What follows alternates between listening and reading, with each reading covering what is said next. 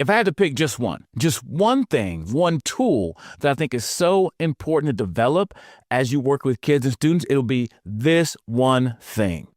I'm Mr. Brown. This is Connecting Faith and Life, a ministry of Proclaim Ministries, where our focus is helping kids and teens connect faith and life and equipping adults who disciple them. And so the one thing that I mentioned in the opening, the one thing, this is two. If you're watching, this is two, this is one. I talk with my hands, so this is one. The one thing I think is so vital as a tool, that is, not necessarily for your own life. I think the most important thing for your own life is your own walk with God, that you're growing in your faith, that you are seeking God. I think ministry is not something we go and do. I think it's an overflow of our life before God, that I'm in the Word of God, that I'm growing, that I'm being convicted, that I'm being challenged. I am growing in my own faith before I go teach someone else, but not before, as I'm teaching others, because I'm sharing my life as I go along. I think it's in the First Thessalonians. I know it's in Thessalonians. I know it's in the Bible. Paul talked about not only did he share the ministry, but he shared his life because they were dear to him. So you're sharing your life, you're growing, and you're sharing your faith. However, I think the tool or a skill that needs to be developed is your ability to connect with kids and students. Connecting with them is so important.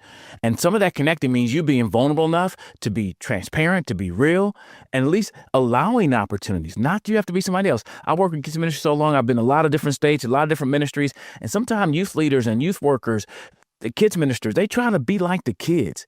They try to say the same slang. And like, if that slang is part of who you are, you do you. But let it be genuinely who you are. Personally, when I speak at schools, I travel the country, speak at schools, I still wear a sports coat and a collared shirt, and I wear jeans and the Jordans. And that's just me.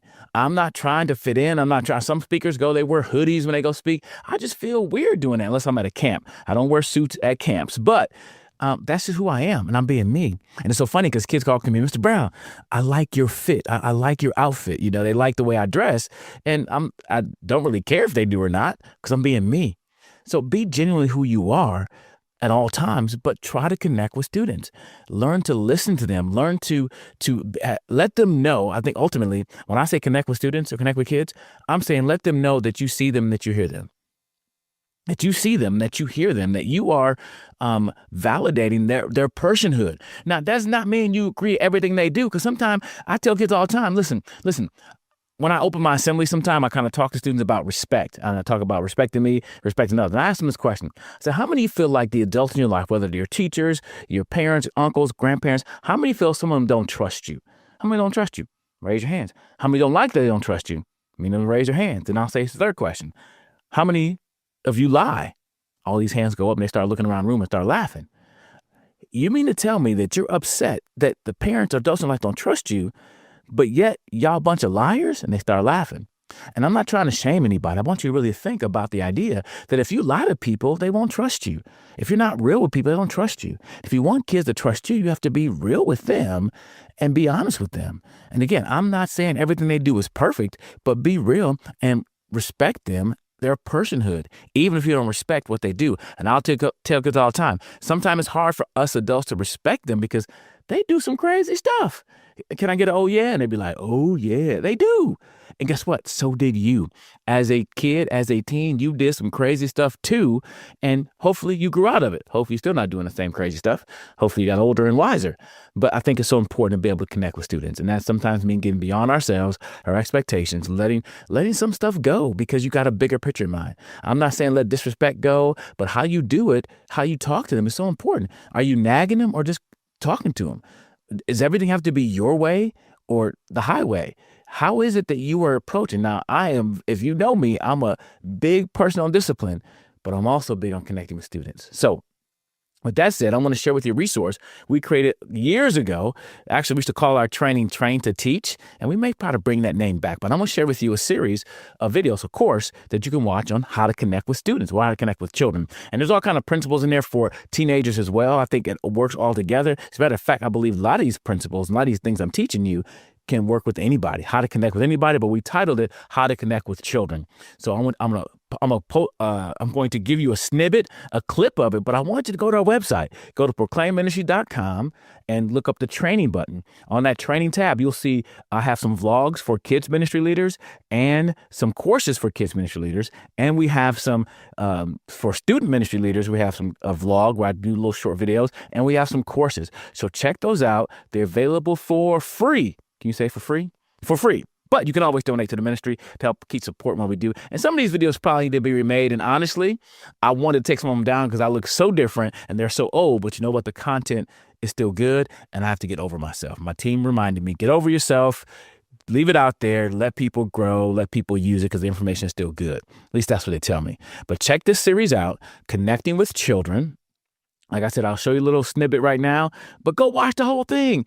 Take some time. If you're in kids ministry, if you got any kids in your life, this series will be good for you. And the structure of the whole course is simply a crossword puzzle. My wife came with a great idea, a crossword puzzle, and we just kind of go through it and explain some different key concepts. I think the first one is listen. We talk about listening to kids, how important that is. Listening to kids talk about nothing and everything at the same time. If you work with kids, you know they can do it. They are skilled, but we have to be skilled listeners and not just be prepared to what we're going to say next, but giving them a chance to grow, to know they're being heard, seen and heard for who they are and how they're growing. So anyway, here's a little clip of that series, but go watch the whole series. The link will be in the description. Thanks again for joining me for another episode of Connecting Faith and Life.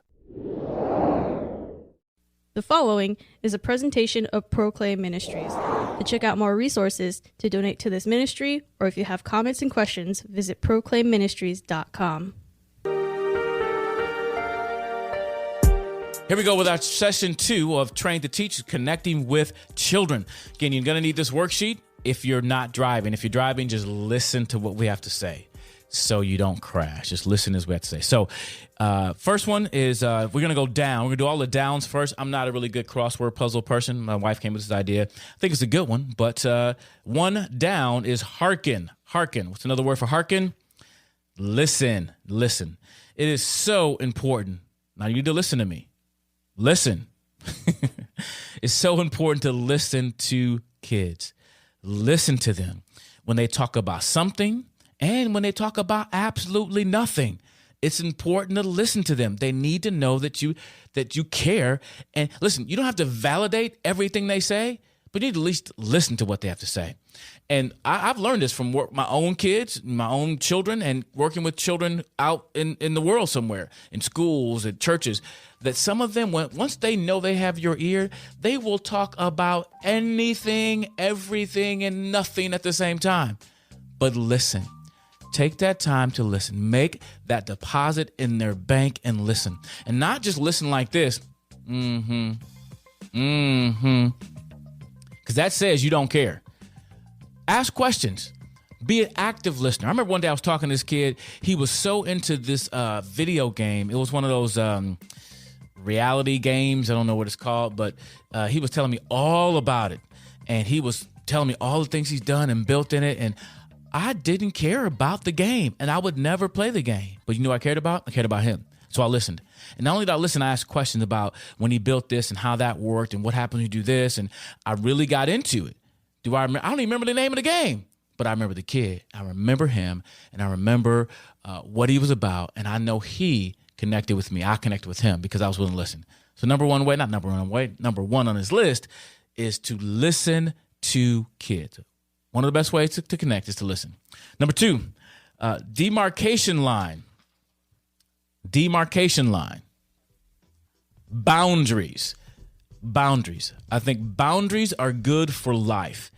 Every relationship needs boundaries, especially those with kids, because you need to understand that who you are and who they are. We did a whole session on that, a whole course called The Smile Technique. You can check that out at gettrainteach.com, talking about the importance of setting those boundaries and maintaining those boundaries. Not that you're better than or they are less than, but every relationship has these boundaries that we need to stay within. And that's one reason I go by Mr. Brown. Actually, I legally changed my name to Mr. But for years, I was known as Mr. Brown because of those boundaries. Now, I remember clearly the mother who started telling all the kids to call Mr. Brown because she overheard her daughter and another girl talking about me in a way that wasn't appropriate. I was their teacher. I was their leader. And it was inappropriate, and they were very young. And so she busted in the room and said, "You will call him Mr. Brown." And at first I hated it. I hated the Mr. Brown thing. But it was good for me, especially at that age, because it helped me know that I was an adult and they were children. They were still children. I was an adult. And it's okay to relate with them, to be cool with them, but I still am an adult. And it was good for me to know that, and it's good for them to know that.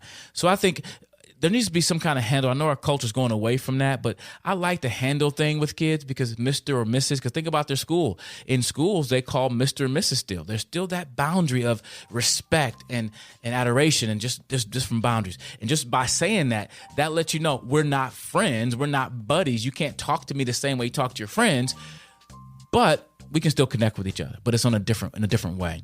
So I think boundaries are so important. As an adult, as you connect with kids, you must set the boundaries and you must maintain those boundaries.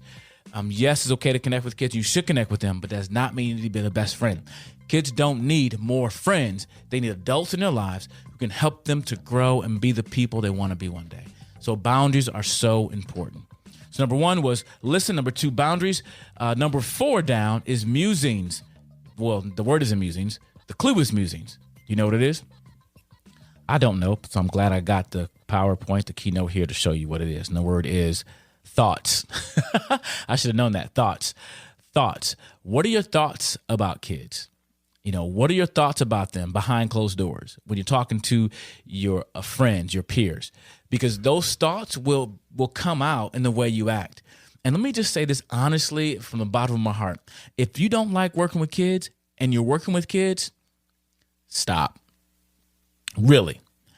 If you're, there's a need, but you don't like kids, don't work with kids. Maybe work behind the scenes. Maybe use your gifts and abilities in the office or an administration way, because no kids need to be reached. You have a heart for them, but you just don't like them. And you're not a bad person for that, because some people just don't have the tolerance for kids.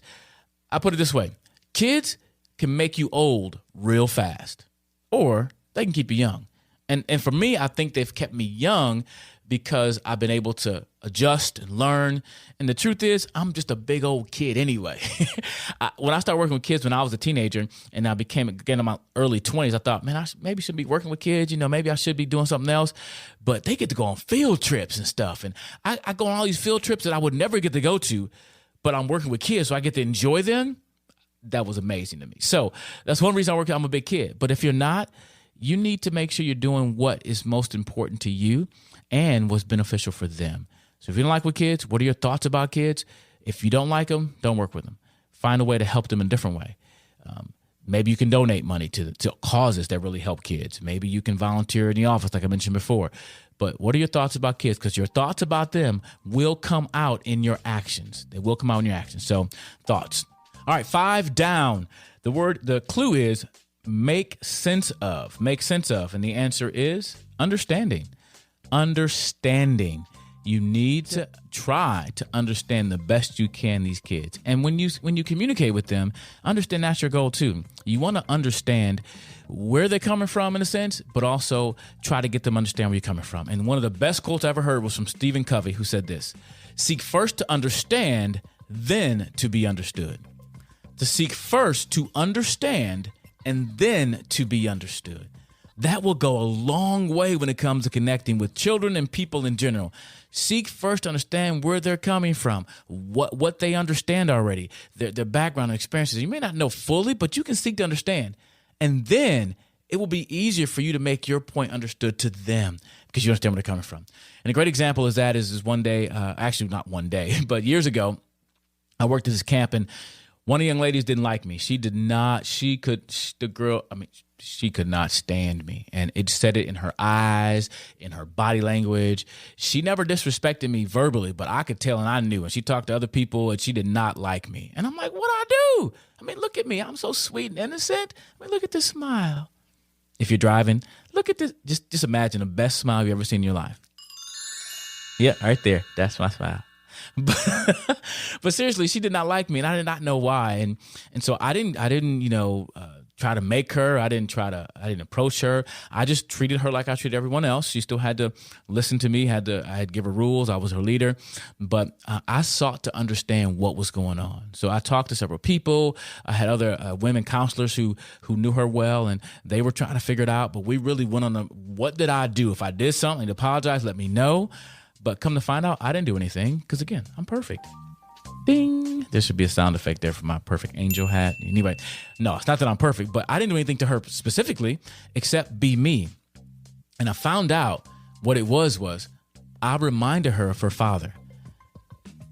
I don't know why. I don't know if we looked alike or my voice, but I reminded her of her father. And her father had just abandoned her family. And she didn't respect me. She didn't like me because of that. So she was taking it out on me. And so now that I understand that is so helpful to help me to get her to understand where I'm coming from and who I really am. Without that information, I was kind of at a loss. So as you work with students, do your best. Don't just come in trying to get them to understand you and where you're coming from and what your thing is.